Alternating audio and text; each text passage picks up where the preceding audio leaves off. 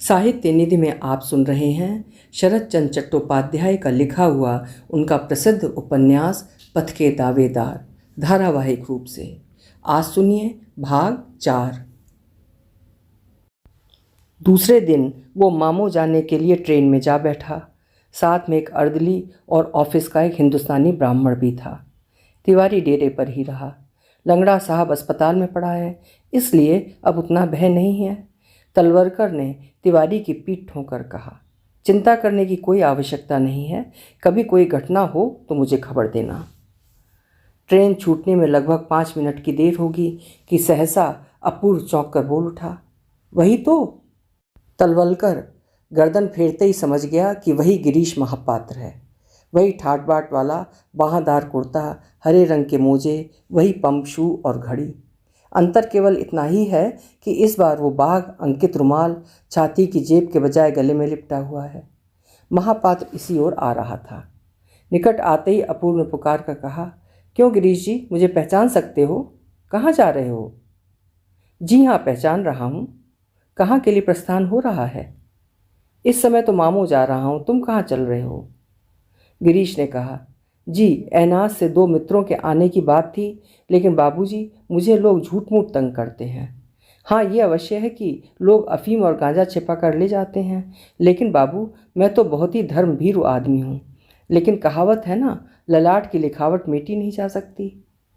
अपूर्व ने हंसते हुए कहा, मुझे भी ऐसा ही विश्वास है, लेकिन तुम गलत समझ रहे हो भाई। मैं पुलिस का आदमी नहीं हूँ। अफीम गांजे से मेरा कोई मतलब नहीं है। उस दिन तो मैं केवल तमाशा देखने गया था।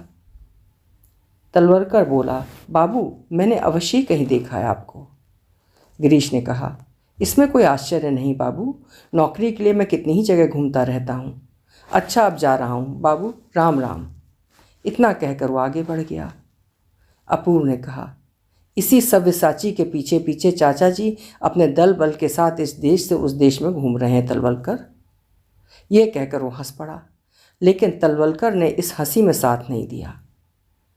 दूसरे पल सीटी बजाकर ट्रेन स्टार्ट हो गई। उसने हाथ बढ़ाकर मित्र से हाथ मिलाया, लेकिन मुंह से एक शब्द भी नहीं निकला। अपूर्व फर्स्ट क्लास का यात्री था। उस कंपार्टमेंट में और कोई यात्री नहीं था। संध्या हो चली तो उसने संध्या पूजा के बाद भोजन किया।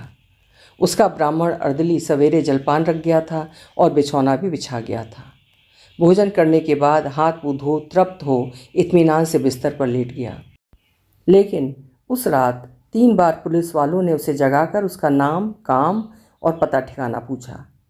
एक बार अपूर्व बोला, मैं फर्स्ट क्लास का यात्री हूँ, तुम रात के समय मेरी नींद नहीं खराब कर सकते। ये नियम रेलवे कर्मचारियों के लिए है। मैं पुलिस कर्मचारी हूँ, चाहूँ तो तुम्हें खींचकर नीचे भी उतार सकता हूँ। उसका भावुक मन भीतर बाहर से आच्छन्न और अभिभूत होता चला जा रहा था। अचानक जोर का धक्का लगने से उसने चौंक कर देखा। रामदास की बातें याद आ गईं। यहाँ आने के बाद से इस बर्मा देश की बहुत सी व्यक्त अव्यक्त कहानियों का उसने संग्रह कर रखा था। इस प्रसंग में उसने एक दिन कहा था, बाबूजी केवल शोभा सौंदर्य ही नहीं, प्रकृति माता की दी हुई इतनी बड़ी संपदा कम देशों में है। इसके वन और अरण्यों की सीमा नहीं है। इसकी धरती में कभी न समाप्त होने वाली तेलों की खानें हैं। इसके हीरे की महामूल्यवान खानों का मूल्य आंका नहीं जा सकता।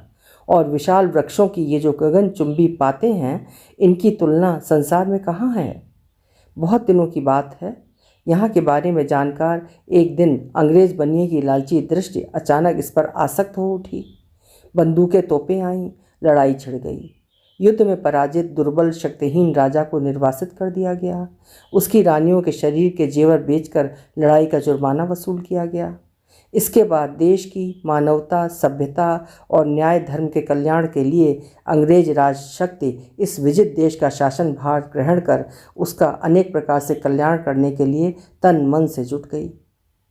इसी प्रकार ना जाने कितनी बातें उसके हृदय को आलोड़ित करती रहीं। अचानक ट्रेन की गति धीमी पड़ने पर उसे चेत हुआ। जल्दी से आंखें पोंछकर उसने देखा, स्टेशन आ गया था।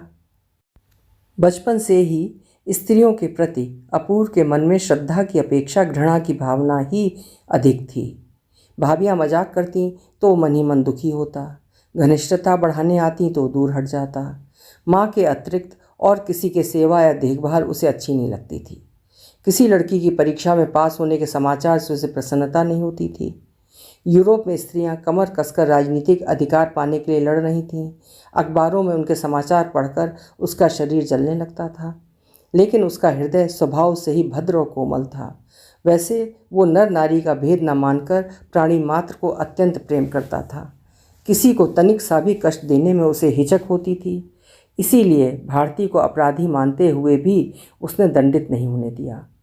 पुरुषों में स्त्री के संबंध में जो कमजोरियां होती हैं वो उसे छू तक नहीं गई थी। इस ईसाई लड़की को दंड देना उसके स्वभाव के विरुद्ध था। नारी जात के प्रति अनुराग न रखते हुए भी उसका मन भारती को आसानी से बहुत दिनों तक दूर हटाकर नहीं रख सकेगा, ये भी सच नहीं था। फिर भी इस निर्भय मिथ्यावादिनी युवती के प्रति उसके मन में राग द्वेष की सीमा नहीं थी।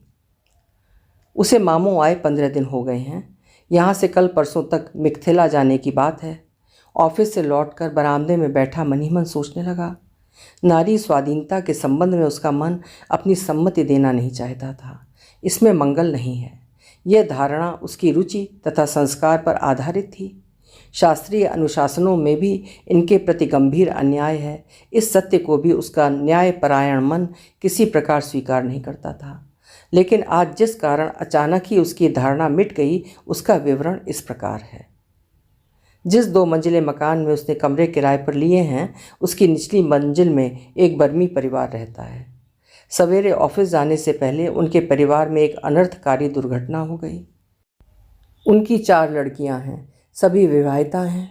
किसी उत्सव के उपलक्ष्य में आज सभी उपस्थित हुए थे। भोजन के समय सम्मान के विषय में पहले तो लड़कियों में, दामादों में तू मैं होने लगी और खून खराबे तक बात पहुंच गई। अपूर्व खबर लेने गया तो सुना कि इनमें से एक तो मद्रास का चुलिया मुसलमान है, एक चटगांव का बंगाली पोर्तुगीज़ है, एक एंग्लो इंडियन और सबसे छोटा चौथा दामाद एक चीनी है। वो सब कई पीढ़ियों से इस शहर में रहकर चमड़े का व्यवसाय कर रहे हैं। इस प्रकार पृथ्वीव्यापी सब जातियों का ससुर बनने का गौरव अन्य स्थानों में दुर्लभ होते हुए यहाँ सुलभ है। इस संबंधों का पिता ने विरोध किया था, लेकिन लड़कियों की स्वाधीनता ने उस पर ध्यान नहीं दिया। एक एक दिन एक एक करके लड़कियों का घर पर पता नहीं रहा। फिर एक एक कर वो लौट आईं और उनके साथ आ गया विचित्र दामादों का ये दल।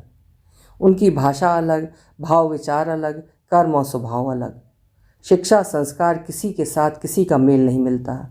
ये तो हमारे देश की हिंदू मुस्लिम समस्या की भांति धीरे धीरे जटिल होती जा रही है। कैसे सुलझेगी? अपूर्व का मन क्षोभ और विरक्ति से दुखी हो उठा और लड़कियों की इस सामाजिक स्वतंत्रता को बार बार कोसने लगा। बर्मा नष्ट हो रहा है, यूरोप नष्टप्राय हो चुका है। इसी प्रकार की सभ्यता को अपने देश में लाने पर हम लोग भी समूल नष्ट हो जाएंगे। इस दुर्दिन में अगर हम संशय छोड़कर अपने पुरातन सिद्धांतों का पालन न कर सके तो हमें विनाश से कोई नहीं बचा सकेगा। इसी प्रकार की अनेक विचारधाराओं में डूबा अंधेरे में अकेला बैठा रहा वो।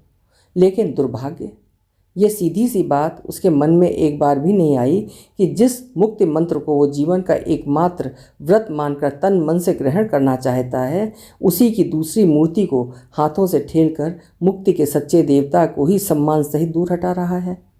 मुक्ति क्या ऐसी छोटी सी वस्तु है? अर्दली बोला, आपके जाने की बात तो परसों के लिए थी ना? नहीं, परसों नहीं, कल। एक बत्ती दे जा। समाज में महिलाओं की स्वाधीनता का यह नया रूप देखकर उसका मन उद्विग्न हो उठा था। दूसरे दिन ठीक समय पर वो मिथिला के लिए चल पड़ा, लेकिन वहाँ पहुँचने पर मन नहीं लगा। देशी और विलायती पलटनों की छावनी है। अनेक बंगाली सपरिवार रहते हैं। अच्छा शहर है। नए लोगों के लिए घूमकर देखने की बहुत सी चीज़ें हैं, लेकिन ये सब उसे अच्छा नहीं लगा। मन रंगून पहुंचने के लिए छटपटाने लगा। मामू में रहते हुए रिडायरेक्ट किया हुआ माँ का एक पत्र उसे मिला था। उसके बाद रामदास के 2 पत्र आए थे। उसने लिखा था कि जब तक तुम लौट नहीं आते डेरा बदलने की कोई आवश्यकता नहीं है। वो स्वयं जाकर देख आया है। तिवारी अच्छे तरह से रह रहे हैं। स्टेशन पर एक लड़के को रेल के कर्मचारियों ने ट्रेन से उतार दिया था। उसके बदन पर मैले फटे पुराने हैट और कोट थे। साथ में एक टूटा ट्रंक था। टिकट खरीदने के पैसे से उसने शराब पी ली थी। उसका बस इतना ही अपराध था। लड़के को पुलिस ले जा रही है। ये देखकर अपूर्व ने उसका किराया चुका दिया तथा और 4-5 रुपये उसे देकर वहाँ से हटा रहा था कि सहसा उसने हाथ जोड़कर कहा, महाराज, मेरा ये ट्रंक लेते जाइए। इसे बेचकर जो दाम मिले उसमें से अपना रुपया काट लीजिएगा और बाकी रुपया मुझे लौटा दीजिएगा। उसके कंठ स्वर से ये स्पष्ट हो गया कि उसने ये बात पूरे होशो हवास में कही है। अपूर्व ने पूछा, कहाँ लौटाऊं? लड़के ने कहा, अपना पता दे दीजिए, मैं आपको चिट्ठी लिख दूंगा। अपूर्व बोला, अपना ट्रंक अपने पास रहने दो, मैं इसे नहीं बेच सकूंगा। मेरा नाम अपूर्व हालदार है, रंगून की वोथा कंपनी में नौकर हूँ। कभी भेज सको तो रुपया भेज देना। उसने कहा, अच्छा, नमस्कार, मैं अवश्य भेज दूंगा। ये दया मैं जीवन भर नहीं भूलूंगा। ये कहकर एक बार फिर नमस्कार करके ट्रंक बगल में दबाकर वो चला गया। इस बार अपूर्व ने ध्यान से उसके चेहरे को देखा। आयु अधिक नहीं है, लेकिन कितनी है ठीक ठीक बताना कठिन है। संभव है नशे के कारण 10 वर्ष का अंतर पड़ गया हो। शरीर का रंग गोरा है, लेकिन धूप में जलकर तांबे के रंग जैसा हो गया है। सिर के रूखे सूखे बाल माथे के नीचे तक झूल रहे हैं। आँखों की दृष्टि उछलती सी है। नाक खंजर की तरह सीधी है। शरीर दुबला पतला है। हाथ की उंगलियां लंबी और पतली हैं तथा समूचे बदन पर उपवास और अत्याचार के चिन्ह अंकित हैं।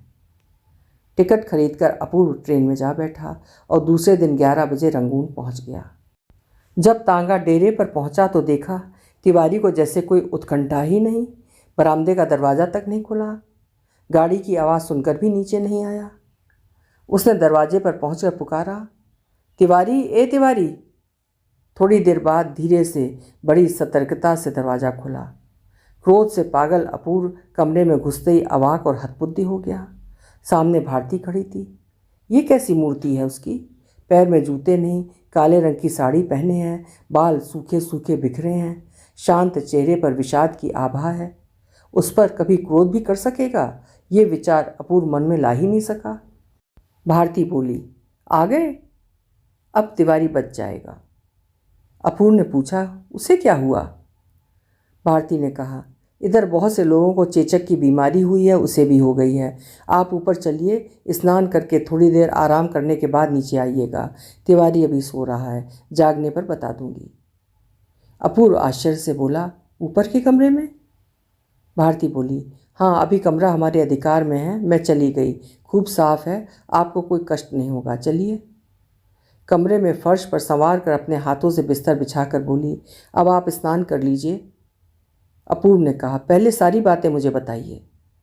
भारती बोली, स्नान करके संध्या पूजा कर लें तब। अपूर्व ने जिद नहीं की। कुछ देर बाद जब वो स्नान आदि समाप्त करके आया तो भारती ने हंसकर कहा, अपना ये गिलास लीजिए, खिड़की पर कागज़ से लिपटी चीनी रखी है, उसे लेकर मेरे साथ नल के पास आइए। किस तरह शरबत बनाया जाता है मैं सिखा देती हूँ। अधिक कहने की आवश्यकता नहीं थी। प्यास से छाती फटी जा रही थी। शरबत बनाकर उसने पी लिया। भारती बोली, अभी आपको एक कष्ट और दूंगी। कैसा कष्ट? भारती बोली, नीचे मैंने कोयला लाकर रख दिया है। उड़िया लड़के को बुलाकर आपके चूल्हे को मंजवा दिया है। चावल है, दाल है, परवल, घी, तेल, नमक सब है। पीतल की बटलोई ला देती हूँ, थोड़ा सा पानी लेकर धो लें और चढ़ा दें। कठिन काम नहीं है, मैं सब बता दूंगी। आप केवल चढ़ाएंगे और उतारेंगे। आज ये कष्ट उठा लीजिए, कल दूसरी व्यवस्था हो जाएगी। अपूर्व ने पल भर मौन रहकर पूछा, लेकिन आपके भोजन की व्यवस्था क्या होती है? कब अपने डेरे पर जाती हैं? भारती ने कहा, डेरे पर भले ही न जाऊं, लेकिन हम लोगों को भोजन के लिए चिंता नहीं करनी पड़ेगी। अपूर्व ने घंटे भर में रसोई तैयार की। भारती कमरे की चौखट के बाहर खड़ी होकर बोली, यहाँ खड़े रहने से तो कोई दोष नहीं होता आपके खाने में? होता तो आप खड़ी न रहती, अपूर्व बोला। जीवन में पहली बार अपूर्व ने रसोई बनाई है। हजारों कमियां देखकर बीच बीच में भारती का धीरज टूटने लगा, लेकिन जब कटोरे में डालते समय दाल इधर उधर बिखर गई तब वो सहन न कर पाई। क्रोध से बोली, आप जैसे निकम्मे आदमियों को भगवान ना जाने क्यों जन्म देते हैं, केवल हम लोगों को परेशान करने के लिए। खाने के बाद अपूर्व ने कहा, अच्छा क्या मामला है, अब मुझे साफ साफ बताइए। इधर और भी 10 आदमियों को चेचक की बीमारी हुई है। तिवारी को हुई है, यहाँ तक तो समझ गया, पर जब इस मकान को छोड़कर आप सभी लोग चले गए तो इस बंधुहीन देश में और इससे भी अधिक बंधुहीन नगर में आप उसके लिए प्राण देने के लिए कैसे ठहर गईं? क्या जोसेफ ने कोई आपत्ति नहीं की? भारती बोली, बाबूजी तो अस्पताल में ही मर गए थे। मर गए? अपूर्व सन्नाटे में बैठा रह गया। आपके काले कपड़े देखकर इसी प्रकार की किसी भयंकर दुर्घटना का मुझे अनुमान कर लेना चाहिए था। भारती बोली, इससे भी बड़ी दुर्घटना ये हुई कि माँ अचानक स्वर्ग से धार गईं। माँ भी मर गई? अपूर्व स्तब्ध रह गया। अपनी माँ की बात याद करके उसकी छाती में न जाने कैसी कपकपी होने लगी। भारती ने किसी तरह आंसू रोके। मुंह फेरने पर उसने देखा कि अपूर्व सजल आंखों से उसकी ओर देख रहा है। 2-3 मिनट बीतने पर उसने धीरे से कहा, तिवारी बहुत ही अच्छा आदमी है। मेरी माँ बहुत दिनों से बीमार थी। हम सभी जानते थे कि किसी भी क्षण उनकी मृत्यु हो सकती है। तिवारी ने हम लोगों की बहुत सेवा की। मेरे यहाँ से जाते समय बहुत रोया, लेकिन मैं इतना भाड़ा कैसे दे सकती थी? अपूर्व चुपचाप सुनता रहा। भारती आगे बोली, आपकी वो चोरी पकड़ी गई है। रुपया और बटन पुलिस में जमा है। आपको पता है? कहाँ? नहीं तो। तिवारी को उस दिन जो लोग तमाशा दिखाने ले गए थे उन्हीं के दल का काम था। और भी ना जाने कितने घरों में चोरी करने के बाद शायद चोरी का माल बांटने में झगड़ा हो जाने के कारण उनमें से एक ने सारी बातें खोलकर बता दी। पुलिस के गवाहों में एक मैं भी हूँ। ये पता लगाकर वो लोग एक दिन मेरे पास आए थे, तभी मैंने यहाँ आकर ये कांड देखा। मुकदमे की तारीख कब है ये तो मैं ठीक से नहीं जानती, लेकिन सब कुछ वापस मिल जाएगा, ये सुन चुकी हूँ। ये अंतिम बात अगर वो ना भी कहती तो अच्छा होता, क्योंकि लज्जा के मारे अपूर्व का मुंह केवल लाल ही नहीं उठा, इस मामले में अपने उन प्रकट और अप्रकट इशारों की याद करके उसके शरीर में कांटे से चुभ उठे। भारती फिर कहने लगी, दरवाज़ा बंद था। हजारों बार पुकारने और चिल्लाने पर भी किसी ने उत्तर नहीं दिया। ऊपर की मंजिल की चाबी मेरे पास थी। दरवाज़ा खोलकर अंदर गई। मेरे फर्श में एक छेद हो गया है। यह कहकर उसने लज्जा से हंसी को छिपाकर कहा, उस छेद से आपके कमरे का सब कुछ दिखाई देता है। देखा, सभी दरवाजे बंद हैं। अंधेरे में कोई आदमी सिर से पैर तक कपड़ा ओढ़े सोया पड़ा है। तिवारी जैसा दिखाई दिया। उसी छेद पर मुंह रखकर चिल्ला चिल्ला कर पुकारा, तिवारी, मैं भारती हूँ, तुमको क्या हुआ है? दरवाज़ा खोल दो। फिर नीचे आकर इसी तरह चीख पुकार मचाने लगी। 20 मिनट के बाद तिवारी किसी तरह घिसट कर आया और दरवाज़ा खोल दिया। उसका चेहरा देखकर फिर पूछने की आवश्यकता ही नहीं रही। इसके 3-4 दिन पहले सामने वाले मकान के कमरे से पुलिस वाले चेचक से बीमार 2 तेलुगु कुलियों को पकड़कर अस्पताल ले गए थे। उनका रोना पीटना गिड़गिड़ाना तिवारी ने अपनी आंखों से देखा था। मेरे दोनों पांव पकड़कर भों भों करते हुए रोते हुए बोला, माई जी, मुझे प्लेग अस्पताल में मत भेजना। भेजने से फिर मेरे प्राण नहीं बचेंगे। ये बात बिल्कुल झूठी भी नहीं है। वहाँ से किसी के जिंदा लौट कर आने की बातें बहुत कम ही सुनाई देती हैं। इसी डर से वो रात दिन दरवाजे खिड़कियाँ बंद करके पड़ा रहता है। मोहल्ले में किसी भी आदमी को अगर पता चल गया तो फिर रक्षा नहीं। और आप तभी से यहाँ रात दिन अकेली रह रही हैं? इसकी सूचना क्यों नहीं भेजी? हमारे ऑफिस के तलवलकर बाबू को भी तो आप जानती हैं, उन्हें क्यों नहीं बुला लिया? भारती ने कहा, कौन जाता, आदमी कहाँ है? सोचा था शायद हालचाल पूछने आएंगे, लेकिन वो नहीं आए और इसके अलावा बात फैल जाने की भी आशंका थी। ये तो ज़रूर है, कहकर अपूर्व ने एक लंबी सांस लिया और चुप रह गया। बहुत देर बाद बोला, आपका चेहरा कैसा हो गया? भारती हंसकर बोली, यानी पहले इससे सुंदर था? अपूर्व इस बात का कोई उत्तर नहीं दे सका। उसकी दोनों आंखों की मुग्ध दृष्टि श्रद्धा और कृतज्ञता से उस तरुणी पर टिक गई। बोला, मनुष्य जो काम नहीं करता उसे आपने किया है, लेकिन अब आपकी छुट्टी है। तिवारी मेरा केवल नौकर ही नहीं है, मेरा मित्र भी है। उसकी गोद और पीठ पर चढ़ चढ़ कर ही मैं बड़ा हुआ हूँ। अब भोजन के लिए घर जाइए। क्या घर यहाँ से दूर है? भारती बोली, हम लोग तेल के कारखाने के पास नदी के किनारे रहते हैं। मैं कल फिर आऊँगी। दोनों उतरकर नीचे आ गए। ताला खोलकर दोनों कमरे में घुसे। तिवारी जाग जाने पर भी बेसुध सा पड़ा था। अपूर्व उसके बिस्तर के पास आकर बैठ गया और जो बर्तन आदि बिना मांजे धोए पड़े थे उन्हें उठाकर भारती स्नान घर में चली गई। उसकी इच्छा थी कि जाने से पहले रोगी के संबंध में 2-4 जरूरी बातें बताकर इस भयानक रोग से अपने को सुरक्षित रखने की आवश्यकता की बात याद दिलाकर जाए। हाथ का काम समाप्त करके इन्हीं बातों को दोहराती हुई कमरे में लौटी तो उसने देखा कि चेतना शून्य तिवारी के विकृत मुंह की ओर टकटकी लगाए देखता हुआ अपूर्व पत्थर की मूर्ति की तरह बैठा हुआ है। उसका चेहरा एकदम सफ़ेद हो गया है। चेचक की बीमारी उसने अपने जीवन में कभी देखी नहीं थी। भारती जब निकट आ गई तो उसकी दोनों आंखें छलछला उठीं। बच्चों की तरह व्याकुल स्वर में बोला, मैं कुछ न कर सकूंगा भारती, तब तो खबर देकर इसे अस्पताल भेज देना पड़ेगा। भारती के शब्दों में न श्लेष था न व्यंग, लेकिन लज्जा से अपूर्व का सिर झुक गया।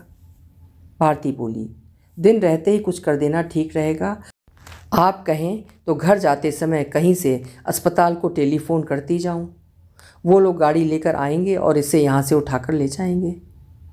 अपूर्व बोला, लेकिन आपने ही तो कहा था कि वहाँ जाने पर कोई भी नहीं बचता। कोई भी नहीं बचता ये मैंने कब कहा? आपने कहा था अधिकांश रोगी मर जाते हैं, इसीलिए होश रहते वहाँ कोई नहीं जाना चाहता। अपूर्व ने पूछा, क्या तिवारी को बिल्कुल होश नहीं है? कुछ तो ज़रूर है होश, भारती बोली। तभी तिवारी की करहा उठने पर अपूर्व चौंक उठा। भारती ने पास जाकर स्नेह भरे स्वर में पूछा, क्या चाहिए तिवारी? तिवारी ने कुछ कहा पर अपूर्व उसे समझ नहीं सका, लेकिन भारती ने सावधानी से उसकी करवट बदलवाकर लोटे से थोड़ा जल उसके मुंह में डालकर कहा, तुम्हारे बाबूजी आ गए हैं तिवारी। प्रत्युत्तर में तिवारी ने न जाने क्या कहा और फिर उसकी मुंदी आंखों के कोने से आंसू लुढ़क कर बहने लगे। कुछ देर किसी ने कुछ नहीं कहा। समूचा कमरा जैसे दुख और शोक से बोझिल हो गया। कुछ देर बाद भारती ने कहा, अब इसे आप अस्पताल ही भेज दीजिए। अपूर्व ने सिर हिलाकर कहा, नहीं। अच्छा, अब मैं जा रही हूँ, हो सका तो कल आऊँगी। जाने से पहले भारती बोली, सब कुछ है, केवल मोमबत्ती खत्म हो गई है, मैं नीचे से एक बंडल खरीद कर दे जाती हूँ। यह कहकर वो बाहर चली गई। कुछ देर बाद जब वो मोमबत्ती लेकर आई तो अपूर्व अपने को संभाल चुका था। मोमबत्ती का बंडल देकर भारती ने कुछ कहना चाहा, लेकिन अपूर्व के मुंह फेर लेने पर उसने भी कुछ नहीं कहा। पर भारती ने जाने के लिए जो ही दरवाज़ा खोला, अपूर्व एकदम बोल उठा, अगर तिवारी पानी चाहे? भारती ने कहा, पानी दे दीजिएगा, और अगर करवट बदल कर सोना चाहे, करवट बदल कर सुला दीजिएगा। और मैं कहाँ सोऊंगा? उसके कंठ स्वर का क्रोध छिपा नहीं रहा। बोला, बिछौना तो ऊपर के कमरे में पड़ा है। पल भर मौन रहकर वो बोली, वो बिछौना जो आपकी चारपाई पर है, आप उस पर सो सकते हैं। और मेरे भोजन का क्या होगा? भारती चुप रही, लेकिन इस असंगत प्रश्न से छिपी हंसी के आवेग से उसकी आंखों की दोनों पलकें जैसे कांपने लगीं। कुछ देर बाद बहुत ही गंभीर स्वर में बोली, आपके सोने और खाने पीने का भार क्या मेरे ऊपर है? मैं क्या कह रहा हूँ? इस समय तो आपने यही कहा है, और वो भी गुस्से से। अपूर्व इसका उत्तर न दे सका। उसके उदास चेहरे को देखते हुए भारती ने कहा, आपको इस तरह कहना चाहिए था, कृपा करके आप इन सब की व्यवस्था कर दीजिए। अपूर्व बोला, ये कहने में कोई कठिनाई तो है नहीं, अच्छी बात है, यही कहिए ना। यही तो कह रहा हूँ, कहकर अपूर्व मुंह फुलाकर दूसरी ओर देखने लगा। आपने क्या कभी किसी रोगी की सेवा नहीं की? नहीं। विदेश में कभी नहीं आए? नहीं। माँ मुझे कभी कहीं जाने नहीं देती थी, तब उन्होंने इस बार कैसे भेज दिया? अपूर्व चुप रहा। माँ उसे क्यों विदेश जाने पर सहमत हुई थीं, ये बात किसी को बताने की इच्छा नहीं थी। भारती बोली, इतनी बड़ी नौकरी, आपको न भेजने से कैसे काम चलता, लेकिन वो साथ क्यों नहीं आई? अपूर्व क्षुब्ध होकर बोला, मेरी माँ को आपने देखा नहीं है, नहीं तो ऐसा ना कहती। मुझे छोड़ने में उनकी आत्मा को अत्यंत दुख हुआ है। दूसरा कारण, वो तो विधवा हैं, इस म्लेच्छ देश में कैसे आ सकती थी? म्लेच्छों पर आप लोगों के मन में इतनी घृणा है? लेकिन रोग तो केवल गरीबों के लिए नहीं बना है, आपको भी तो हो सकता था, तो क्या ऐसी दशा में मां ना आती? अपूर्व का मुंह फीका पड़ गया। बोला, अगर इस तरह डराओगी तो मैं रात में अकेला कैसे रहूँगा? न डराने पर भी आप अकेले नहीं रह सकेंगे, आप डरपोक आदमी हैं। अपूर्व चुपचाप बैठा सुनता रहा। भारती बोली, अच्छा बताइए, मेरे हाथ का पानी पीकर तिवारी की जाति नष्ट हो गई, रोग अच्छा हो जाने पर ये क्या करेगा? अपूर्व कुछ सोचकर बोला, उसने सचेत अवस्था में ऐसा नहीं किया, मरणासन बीमारी की दशा में किया है। न पीता तो शायद मर जाता। ऐसी परिस्थिति में भी प्रायश्चित तो करना ही पड़ता है। भारती बोली, इसका खर्च शायद आपको ही देना पड़ेगा, नहीं तो आप उसके हाथ का भोजन कैसे करेंगे? मैं ही दूंगा, भगवान करे वो अच्छा हो जाए और मैं ही सेवा करके उसे अच्छा कर दूं तो? भारती बोली। अपूर्व कृतज्ञता से गदगद होकर बोला, आपकी बड़ी दया होगी, तिवारी बच जाए, आपने ही तो उसे जीवन दान दिया है। उपन्यास की कहानी जारी रहेगी अगले भाग में।